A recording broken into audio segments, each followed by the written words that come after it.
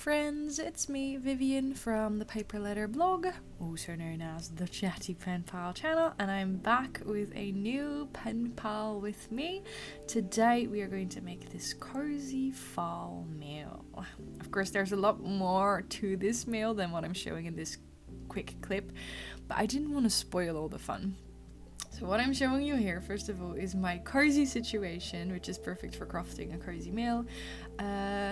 Blanket, a cat, there might be some tea off the side, which you are not seeing now, but I don't know, I'm just showing you what I'm working with and my situation, because I remember starting this mail off camera. Obviously, I already started this envelope and the rosettes, which I made with a die I got a long time ago and that I honestly never used. So I made those rosettes, and then I figured, you know what, this might actually be kind of fun to show on camera. So I decided to do a pen pal with me type video where I don't make a flip book. I do make a tag flip, but I basically make all sorts of smaller elements to make one cohesive mail. It's obviously fall themed, which I love, but use this video, even if you're in spring or something, use this video for inspiration on how to create a lovely pen pal letter. Now, I am saying obviously fall themed because I actually made this video last year. Last year I started very late with the fall themed crafting, and I realized that uploading it wouldn't make that much sense because we were already in winter. So I actually ended up saving the videos for this year. So I made this last year for my pen pal Jenny, which is kind of a funny coincidence because the last pen pal video I edited was also a mail for my pen pal Jenny. So like every time I will talk you through my process, because I'm the Chatty Pen Pal channel, and at the same time I'm gonna do a little bit of story time because I have so much to tell you guys. I don't even know where to start.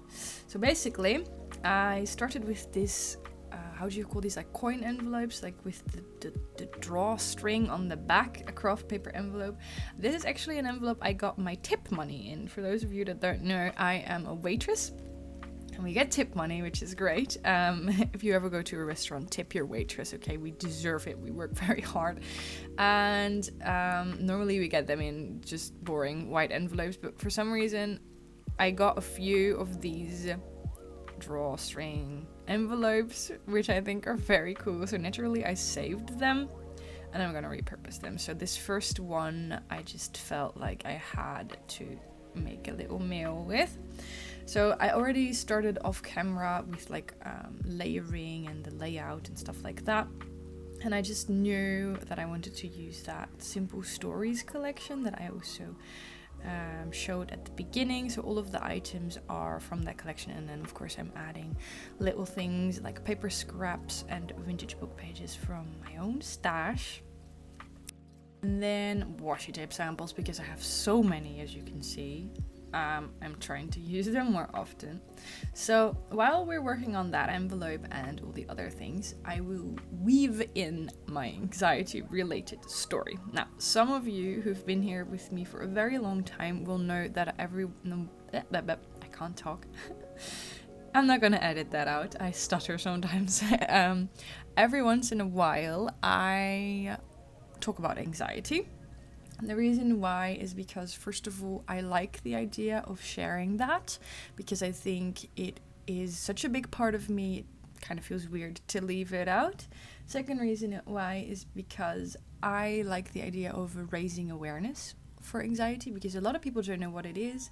And quite recently I've been watching videos from a YouTuber I used to love growing up, he's called Daniel Howell. When I grew up, his channel was called Dan Is Not On Fire, and he would always talk about anxiety. And I didn't experience anxiety back when I watched his videos, but I learned a lot from them. Like, I kept thinking like, whoa, that is such a weird thing to be experiencing, but I think it gave me some compassion. So I'm thinking, okay, maybe me talking about anxiety to people who might also never have experienced it will raise awareness. And the third thing is quite important to me, because quite recently I was once again made aware of the importance of not feeling alone, or of not knowing that you are not the only one going through things like, of course, anxiety is the most obvious one, but depression or other mental health issues, or basically, I want people to know that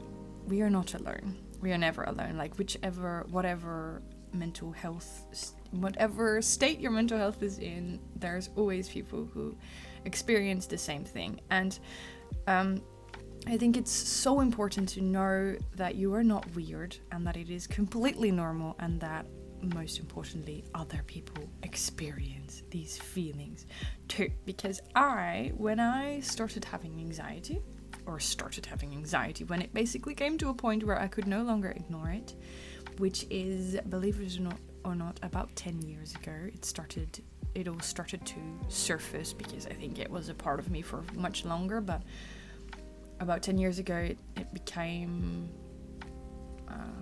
it was too much, basically. In the background, by the way, I am starting to create a tag flip, which is basically a bunch of tags you decorate and put on a ring or a piece of string, and then it's a nice little collection. This is a die that I have that creates a tag pocket.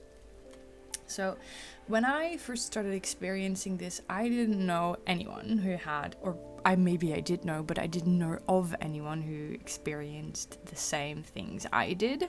And I felt very weird. Like, I thought I was, well, I wouldn't say crazy, but I just thought I was the only one, and I felt so alone, and I just felt like an alien, you know, like you're experiencing this fear for something that is not real.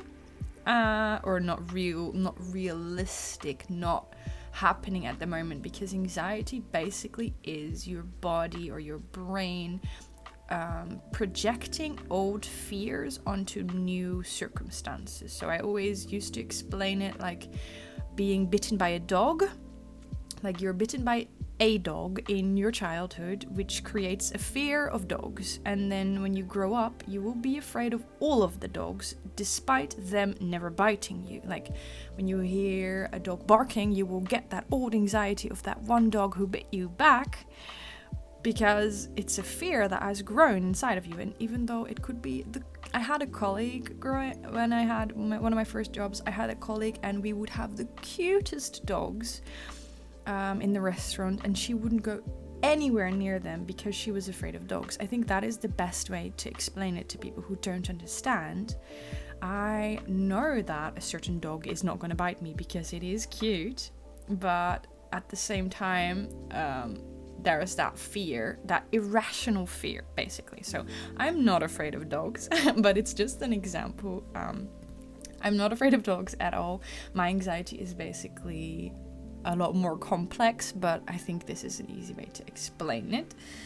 So you're feeling like an alien, right? You're afraid of things that happened in the past or that might never happen, and you're in the supermarket hyperventilating and you're afraid to leave the house. It's not great trying to be compassionate for yourself when you're feeling like you're exaggerating. So I felt like I was a weirdo, an alien. I've said that several times now. Oh, I forgot I had those stickers. The ones with the rings. That is so cute. I like that. I have to dig them up in my stash. But that's what's happening. And then, because you have no one to compare yourself to, that feeling only grows. And then I went to group therapy. After quite a few years or sessions of therapy, I was stuck, and I ended up going to group therapy. And I was afraid because I thought I was such an alien, and I thought I would be in a group of aliens, basically. But then, I've already told this story before, but I'm gonna tell it for people who haven't heard it. I was in the bus on my way to my very first day of group therapy, and I saw this girl, and she looked really cool, and she looked really nice, and I was thinking to myself, like, you know, we could be friends. And because there weren't a lot of people in the bus, I was thinking to myself, what if this girl is also in group therapy? And she was smiling at me, and I was smiling at her, and she was smiling at me because she was probably thinking, hey, that might be the new girl, because spoiler alert, she was in my group. And we became really good friends, and we are still friends to this day. And that experience of meeting someone who I looked up to because I thought she was so cool actually changed my outlook on people with anxiety, and it gave me some more compassion for myself as well, because I thought she was cool and she thought I was cool, even though I always felt like an alien. So it's a very long explanation, but basically that is one of the main reasons why I always talk about anxiety, because if I can give one of you the feeling that you're not an alien, then that's all I could wish for. Then that is mission accomplished, because I consider myself a relatively normal person. So I think if you want to compare yourself to someone with anxiety, I might be a good choice because, I don't know, I'm functioning and I'm not an alien, and I've learned that, and I think I've explained it well enough. So after that super long introduction, let me talk about the actual anxiety, because I've been experiencing it. Spoiler alert. So, I've told you in a previous video that my boyfriend moved to Brussels, or Belgium, for work. So, basically he's gone during the week, and we see each other hopefully nearly every weekend. But it's all super new, and we don't really know how it's gonna be. We're just gonna have to experience it and figure it out, stuff like that, blah blah blah. We don't actually know how it's gonna go yet, but so far it's going all right. My voice went up really high, but of course it's change. And for me, one of the main triggers of those old fears coming back, like basically my barking dog. Remember the reference I made before? You can hear a dog bark and you get afraid of the dog that bit you, even though it's not the same dog. Basically, my barking dog. This is a really weird metaphor. I'm sorry. If anyone has a better one, please do tell. But basically, my barking dog, or one of my barking dogs, is change. I absolutely hate change. I like knowing what's going on. I like basically the same things. Here I think I was making an Instagram story. If you don't follow me yet on Instagram, do follow me there, because sometimes I will post spoilers or crafty things I'm working on. But okay, I don't like change. I could have just said that, but my barking dog is change, or one of the barking dogs is change.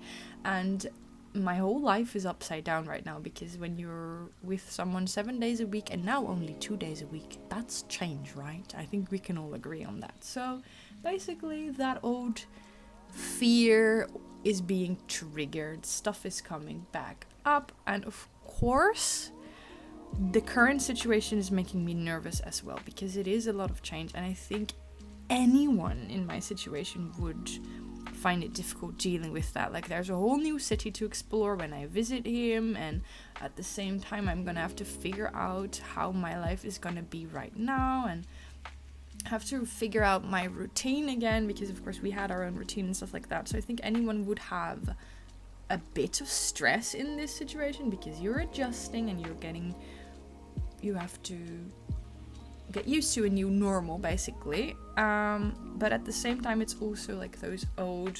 I'm sorry, I'm distracted. I see someone cycling past my window, like loudly singing along to her music. Hello, Sage again. We're gonna make some wax seals to match I'm just gonna hop from one subject to the next. Some wax seals to match the mail. I'm not gonna show you all of them in this video, but I made quite a few. If you want to see wax sealing videos, I have those available on my channel as well.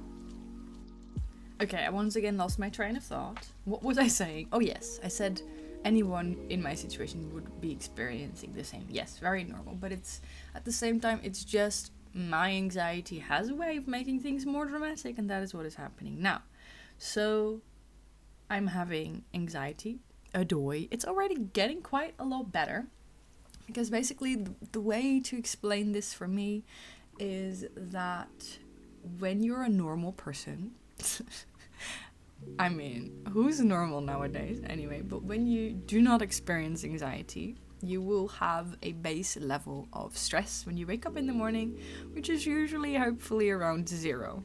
let's say 100 is the max, and let's hope that when you wake up in the morning, it will be 0. When you're a student, you're going to wake up with a lot more stress. When you have a stressful job, that number is also going to be higher. But hopefully when you wake up on a day off, you will experience little to no stress. And when you are a student, let's say it's around 5 to 10%, you will have some nerves. Maybe when you have a big test, it will be up to 20%, but that will not be every day. At least I hope not. If you do experience a lot of stress every morning waking up, please do seek help, because it can be a lot better, I promise you. When I was at my worst with my anxiety, because you all know me now as this chatty person who's like open about everything, but when I was at my worst, I was at about 50 to 60% anxiety, and then 100% from me would be total panic attack. I of course had those as well, but waking up, nothing is happening. I'm in my bed, I would already experience 50% or the number 50 of anxiety, while normally, let's hope it's no more than 5%. So I would wake up with a pit in my stomach and restless legs, and it would literally feel like my skin was crawling with ants. That's how I would wake up in the middle of the night. My skin would feel like it was being poked with a needle. That's how bad my anxiety was. It was really physical. And people sometimes think that mental health is all in your head. Of course, a part of it is, but it can also have a huge effect on your body. And a lot of people misunderstand or mislabel these things, because so many people who have chronic headaches, I can guarantee you it's stress. It might even be more than stress, because we know so little of the effects our mental health has on the body. But like I said, it would feel like I was being poked with needles, which sounds super dramatic, and it kind of is, because I mean, that is not fun. But I learned a lot. I went to therapy. I grew a lot. I got better every day, and that is what I keep telling people who are in this situation now, because like I said, back then, I was at 50 to 60%, which is incredibly high. Like, you wake up and you already feel like the world is gonna end. That is not fun. I can laugh about it now, but I don't want to romanticize it. It really is a big deal. But about 8 years later now, 7 to 8 years, I've been working on. Well, the change I've made is incredible. I think I'm now usually on average at about 10%. Which still sounds like a lot, but I mean, anxiety will forever be part of me. I will always worry. I will always have fear of failure. So 10% is kind of okay on good days. Maybe even 2%. Let's say 2%. Of course, 10% is still not fun, but I've grown so much. And now, with all of the change that is happening, I wake up, and this week is good, but last week was terrible. I was at about 20 to 30%, which is not good, because basically what that looks like for me is I wake up with a restless feeling, and I had a huge pit in my stomach. My stomach literally hurt because I was so anxious. In the background, I am just creating the envelope. I am making a box envelope. I have a tutorial for that, for how to create box envelopes, up on my channel as well. It's linked down below. But it's still not great. I mean, it's still quite high, so like I said, the huge pit in my stomach, and it will feel like you have to do a big presentation and you haven't prepared. That's basically the feeling we're at right when you wake up. So that's before anything happens. That's not in the supermarket. That's not at work. That's just when you wake up and your body tells you, whoa, something is wrong. So this week is better. I'm back at a lower percentage. I don't know.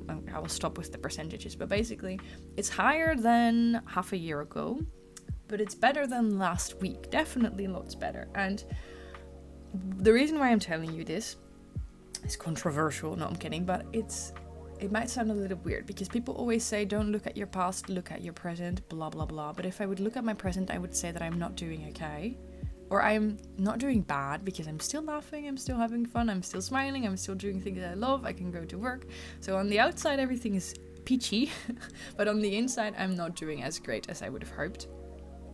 But compare that to all those years ago, where I was absolutely terrified of life and where I was afraid to leave the house, and I am doing absolutely fantastic. I mean, yes, I took a slight step back, which I normally would be very hard on myself about. Like, you cannot take steps back, Vivian. You can only move forward. Taking a step back is failure, blah, blah, blah. I would always be so hard on myself. But compare that to all those years ago where, like I said, I was doing way worse. And I think I'm doing just fine. And I tell people now, like, hey, you know, I tell people at work, like, hey, you know, I'm fine, but I'm just a little bit less fine than I was last week. And of course, the first reaction of people is, oh no, but isn't everything fine? Like, he's still here and you're still here, and shouldn't everything be okay? And I understand that reaction. And the other reaction I get is, oh, what can we do? What can you do? We have to fix this. Yes and no. Of course, sitting around just waiting for it to blow over is gonna work partially, probably. But you have to take care of yourself, which is what I'm doing. But at the same time, I've been way worse. So I'm not too worried. Like, if this would have happened a couple years ago, I would have probably raced to the doctor to get a therapy appointment, which is what I did the last time. I'm not in therapy anymore, but I think I will manage. And that is such a step, which is why I wanted to tell you. It took me nearly 20 minutes to tell you this story, but I think we're there. We're at the important part, which is, I think I'm gonna be okay. It's a scary situation for sure, but I think it doesn't feel like the end of the world anymore. Like, it's just a couple bad weeks, not even dramatic weeks, just less peachy. And I think that I've learned so much that I'm gonna be okay. And that even though it sucks, I can now accept that it sucks. Because I'm not gonna romanticize it. I'm laughing a lot now, but honestly, waking up with a pit in your stomach, it's no fun.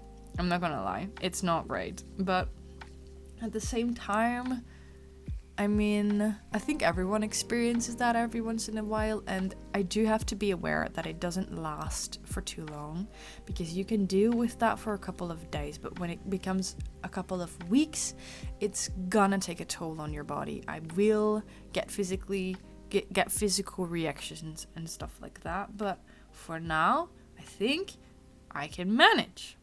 And that is such a learning process, because I don't know. So that's why I wanted to share that, because I know a lot of you might be where I was all those years ago, where I felt like I was never ever gonna be able to cope. I felt like I would never have a normal life, and now here I am. I feel like I've grown, sharing life lessons with the world. And yeah, I don't know if this helps anybody, or if anyone recognizes this, but for me, I usually talk about those things, right? And this is such a big event, because I feel like this really is a big step in my recovery. I felt it would be weird not to share it. So yeah, there is that, I guess. So I think I should leave it here now, because I think I've talked for long enough. The reason why I'm sticking an envelope inside of this envelope is because I didn't want to accidentally glue the envelope shut, like get glue all over my project, so I just used another envelope inside of it. Whew. I've talked for long enough. My tea has gone cold. I haven't taken any time to take a sip, but I mean, I got my story out. I hope that is okay. I don't talk about anxiety every video, so if this is not your cup of tea, haha, then don't worry. I don't share this all the time, but like I said, this is such a big deal for me. I feel that it is important to share. So there's that. If you enjoyed this video, please do give it a thumbs up. If you want to support my channel and get more behind the scenes and extra content, you can sign up to my Patreon. We have a lovely craft club. We are currently doing a fall themed swap, and I upload other things like behind the scenes and little extra videos, and sometimes personal things like a picture post or a vlog or a giveaway or postcards and stuff like that. Printables. I did a writing paper printable the other day. So if you're interested in that, you can sign up through the links down below. And I will talk to you all again very, very soon. A big thank you to my current patrons, which are displayed here on the screen. And I will... don't know. I will see you when I see you, I guess. It's always weird to end here, but bye for now.